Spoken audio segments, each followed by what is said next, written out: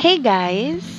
So, since I got bored from scrolling on Instagram and swiping sa mga IG stories ng ako ni mga mutuals, and I'm in a good mood to talk about a lot of things and share what's been happening to my life. So, I decided to make this video. Do maano kita, na ma-feeling podcast kita tonight. Correct? Correct. And I'm gonna be calling this podcast a podcast about me. Malamang alangan about you. Anyway, let's start with a question. Kamusta ako? Ari okay lang. Ginasip on, kag ginaubo. That is why to tsaka ang voice na to, no? But okay lala kahit na dasing lala yung magayo. Bala mo naging niya kalain subong sa chimpo, may bagyo, no? Tapos gulpi lang mainit. So, normal lang malang may trangkaso ka. Okay lala kapain pa bidugangan nga kapoy ka, di ba lado? Hindi ka na malang kapahuway sang insakto. Kag, amo ning highlight amo ni ang highlight nga sabat sa pamangkot nga kamusta ako. Ari ko, nag-gain weight ko. Oo.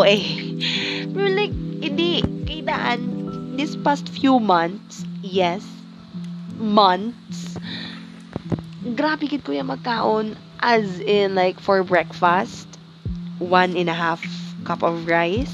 Sa lunch, kisa naga 2 cups of rice ako, and then pagka-dinner, naga 1.5 cup rice ako. So, makapila ako, 4 cups or 5 cups do dira per day.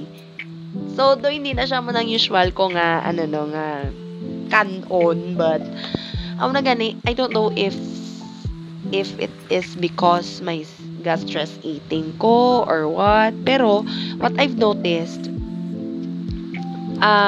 though, every time na kapoy ko, gusto ko nga, kakaon ko. Like, arab lang kapoy ko. Tapos, sige, kaon. Bisan, usog na ko na. After a few minutes, makaon naman ako na liwat. Kung kisa, haba ko, hindi. Ano ko na ba? Na-control ko na siya. But, once may makita ko pagkaon, baklon ko ginaya. And, mind you, ang akon niya sweldo, like 50% of my salary, gakanto sa pagkaon. Which is a good thing kaysa food na gakanto. But, ang ginabakal ko man, abi, mga unhealthy foods, no? Like, most of the time, umuna siguro nga, naggrabe man ng sa akon nga weight, kay, puro sa unhealthy food ba naman ang ginakaon sang age?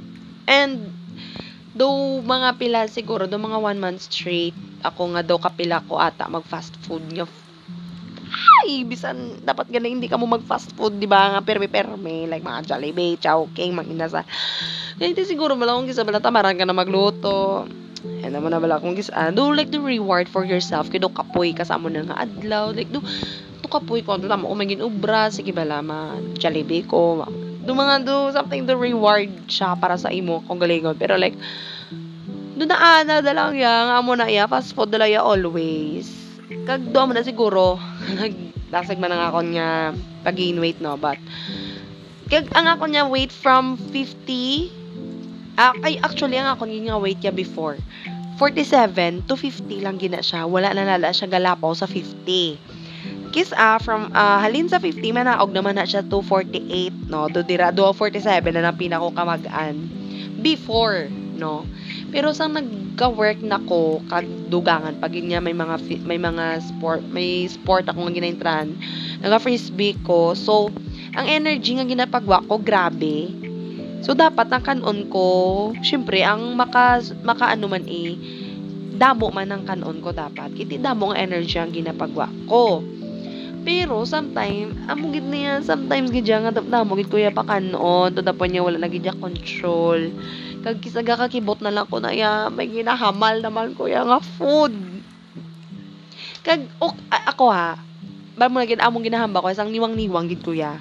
Habo ko nga gusto ko man maundan, kay isa na lang gid ko ya kapalid sa hangin. Muna ba ko, gusto ko maundan. Pero okay gid ako niya. Galing kay ang ginaproblema ko, isa nga akon nga tiyan. Kay ko na ako, ganyan tiyan ko ya, magbistida ko. Singganan do 3 months pregnant kuya po tulokon. Tapos kung mag-lunch ko, syempre madako tiyan ko kay may pagkaon ni unod. Do 5 months, do 6 months pregnant na yung kumakanan sa panyaga. Tapos kung gisadahan, nagapamahaw ko, breakfast ko. Ang breakfast ko, hindi pa na siya dayon bala magtunaw sa tiyan ko bala. Oy, gaklase kuya po nga nakambistida na be. Ay, duga busong ako singganan. Totoo, ginaiya. Kag doon mo mala nang doon na takan ko tulokon bala. Kay tukta akong itchan ko ya. Kagamay lang kaging kakon ko. Tapos ako kachan ko. Doon mo na balang atake ya. Di mo na subong ang akon kaka-feel. Like, subong. Dako ning chan ko. Amo na nga doon nakabistida ko. Nga, palda ni siya actually. Minimo ko lang siya doon bulubistida. Bala kaya doon namin siya tulokon. Kaya doon hindi gawa kita na nga akon nga chan. Nga, amo na kadako. So, amo naman na. And, gaplano ako. Nga ma-jogging na naman kag ma-workout. Kaya siguro need ko na gid magbalik na naman sa workout kag sa jogging. Kag syempre sa disiplina, sa kaugalingon, kag sa lawas. Kag sa mga pagkaon yung ginakaon ko. Kay am nangilit dito puro sanan unhealthy food ang ginakaon ko. So, maybe starting next week, starting tomorrow, hindi suspended man ang klase. Sige lang, mas may na nangyayari ako di subong sa balay kay makakaon ako sang insakto bala nga pagkaon bala like ang ginalutong bahay gid bala like isda no kag ginapangamuyo ko nga tanibos ang sudan namon may utan para first day sa pagbabalik sa pagiging healthy person. Syempre dapat utan ng sudan, di ba? So mo lang ginaano ko ginapangabay ko no nga boss namin nga namit nga utan na nga mo ni sudan. And ano pa gid? Do so far so good man unlike sa in terms sa akon nga work. Okay man. Do medyo naano ko na pangapa ko na kung paano magtudlo sa mga grades 1 and 2. Pero still I'm still struggling with managing them because I tried everything. I tried every single classroom management no nga na makita ko sa YouTube, sa Facebook. Try ko na but it's not working sa ila. So I'm still finding a way para mas do kita man do effective. Although wala ko gambal nga hindi effective ang mga classroom management na ginagamit ko but do hindi siya bala consistent. Like consistent ko siya ginaubra but do hindi siya maano sang bata. So, I guess, lain nun ko pagid mangita pagid ako sang way nga mas ma-manage sila. Although, pulo lang man sila kabilog. But, they're kids. Obviously, grabe yung ilang energy na iya. Kung isa matakanan sila mamati sa imo, ay, matindog-tindog na sila iya. Doon hindi na mapakalay. Doon ginapang sindutan ng ilang mga buli. Pero, sige lang, it's part of my journey as to becoming a professional teacher. Wow! And speaking of professional teacher, I am not posting and actually nag-deactivate ako sa Facebook because ang ako niya main account. Yun, deactivate ko siya because, there's damo, may gakatabo, no? Nagdo more on mga, basta, though, overwhelming sa mga information nga gagawa sa ako niya Facebook. Except lang kaya syempre amo na gali ang main account na gin-deactivate ko pero ako niya dump account wala ko uninstall or wala ko gin-install wala ko gali gin-deactivate kay para updated ako sa mga mga calamities no nga maabot diri sa aton nga country kung anong mga kakatabo sa palibot pero amo lang ang dam account ko ang ginbilin ko because gamay lang daya friends ko mo gamay lang gid mga lang gid mga pila lang man sila kabilog. So, mas gamay ang gagwa sa newsfeed ko. Muna siya. And, ano pa? Ay, speaking of professional teacher, I am now taking. Ay, hindi kita mag-English. Ga-review ako subong for my board exam next year sa March. And 3 sessions pa lang ako yun na attendant kay isang last week nag-absent ako kay nagpa-Manila ako kay di ba lang nag-dog pound kami nag-tournament kami dito sa Laguna so wala ako Saturday Sunday kag Wala lang. So far, so good. Ang review, ka-draining siya. I swear to God. Especially ang intensive review. Ka-draining yun siya, ya. As in, like, all the information, masulod sa utok mo. Tapos wala kang kabalo kung paano mo isort ang mga information. May ara bang information nga ara lang siya sa short term ko, short term memory. Kagina nag-review ko day before ko lantaw-lantaw sa Instagram, nag-review ko danay kagin pang rewrite ko ang mga additional information dito sa review center. So, ko man siya, na-recall ko man siya, but not everything. Not all. No? Ginaisip ko pala, kasi ko, Diyos ko, paano ako nika-review kung kapoy ko Monday to Friday. Di ba la? Like, paano ko ni ma-manage yung akon nga time. Amo lang ako niya ginaisip ko pa kung paano ko i-manage ang akon nga time. Kay, after class, may ginatuturan pa ako. No? Like, thrice a week ako nag-tutor. So, kung isaga-out ako sa eskwelahan, tagal na sa isang gabi, tapos lakton ko lalapuli kung gusto ko mag-okay. So, galapot ako sa boarding house, mga 7. Tapos, mahimos pa ko to sa boarding house. And, gusto mo na lang magpahuway, pero doon kinaisip mo, bala nga ma-review ka pa para sa board exam.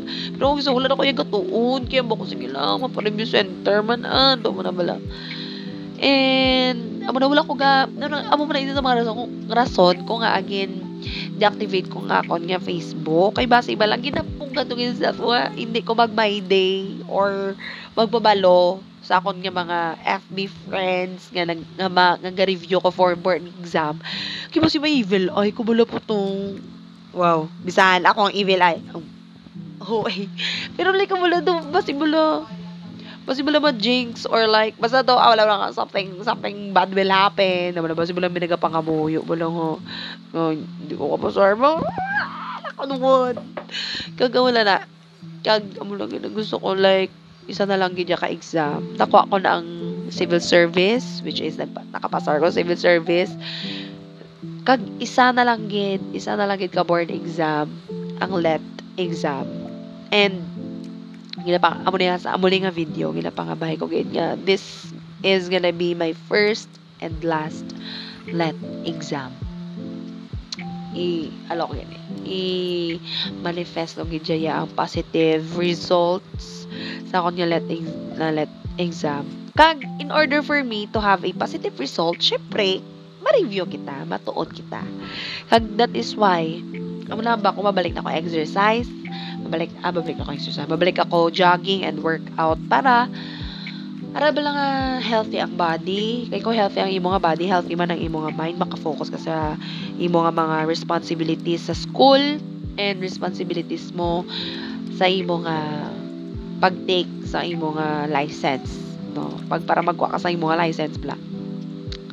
So, amo lang man na siya. Ang sa akon nga life subong. So far, so good man siya. Though, bearable man siya for now. As long as kaya ko pa siya i-handle, I'm not gonna ask for help. Amo ginayahalin gina sa una. As long as kaya ko siya, kaya ko siya i-handle, kaya ko pa siya ikimkimon, I won't ask for help. Wala lang, gina-challenge ko lang self ko. Pero araman si Paul. Araman ako niya boyfriend. So, kung hindi ko na kaya, araman siya. So, gida ko sa, kaproblema ko Pero kung kung may mga problem ako, wala ko na ginasugid sa iya because I know nga sa iya, may araman na siya siguro problema man.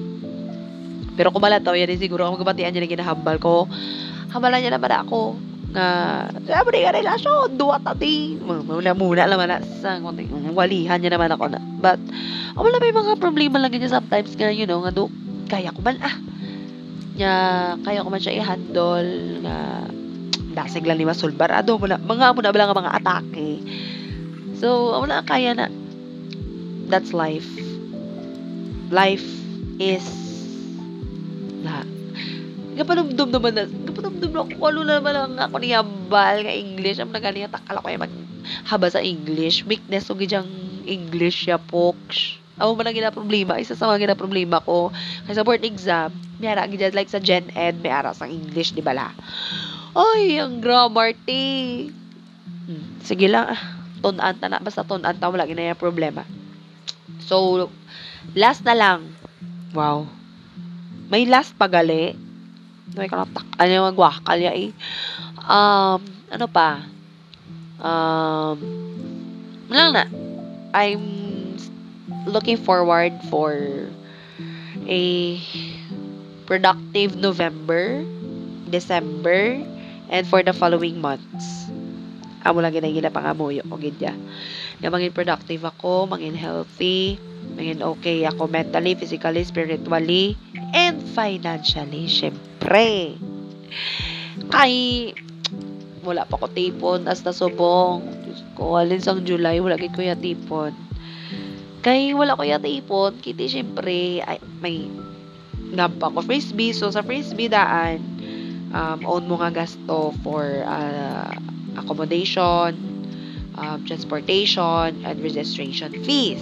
So, muna ang ginatipon ko na actually gatipon ko for, ang mga ginatipon ko nga money coming from my salary, mo na din nagkakadto. Sa ang ligad yung mga binulat. Pero like, since subong nag-focus ako sa review, so, muna, focus ako yan sa pagtipon para sa inugbayad for full payment sa akon nga review. Wala subang ginaproblemahan ko. Pero, hopefully, after December 5, after ko maka-full payment, makatipon na kita, kuya. Diyos ko, Lord. December na. Meaning, kabay lang may bonus. Ay, tanay yung marigalo man sa akon sa kwarta ba? Ay, kabudlay gidya kung kabudlay nga bala may work ka na ginman but do hindi ka makatipon kay do enough lang siya for your allowance sa mga balaydan. Ay, kakapoy mangin adult to. Wali galing adulting po. Galing na adulting. Wala ko yabi ko sa una. Excited po ko sa una. Mama ko, excited ako yung magdako ko ya. Parang may obra na ko ya. Tapos may kwarta ko. It's a prank day. Ay, subok nga adult na ko. Gusto ko magambatan. Gusto ko na lang balik sa pagkabata. Para bala problemahan mo na lang kung paano mo kaksod ang katol sang uhot sa lawas mo. Doon mo na bala. Ay, sige lang ako lang ginaya. Hoping for the best. Best of the best. Best of the best. Hoping for the best of the best. Wala ko ba? Kung tsakto na ginapang wakal ko, pero balaan nyo naman na ang thought. Di ba la? As long as, ay, tama na po. Bye-bye. Good night.